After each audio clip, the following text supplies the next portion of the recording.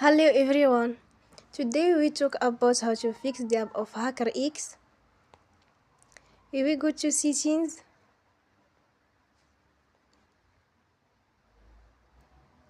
then we click on apps. After that we will search the app HackerX.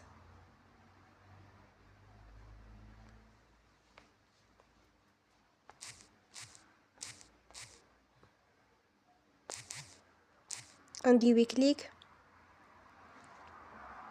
Then you will enforce stop.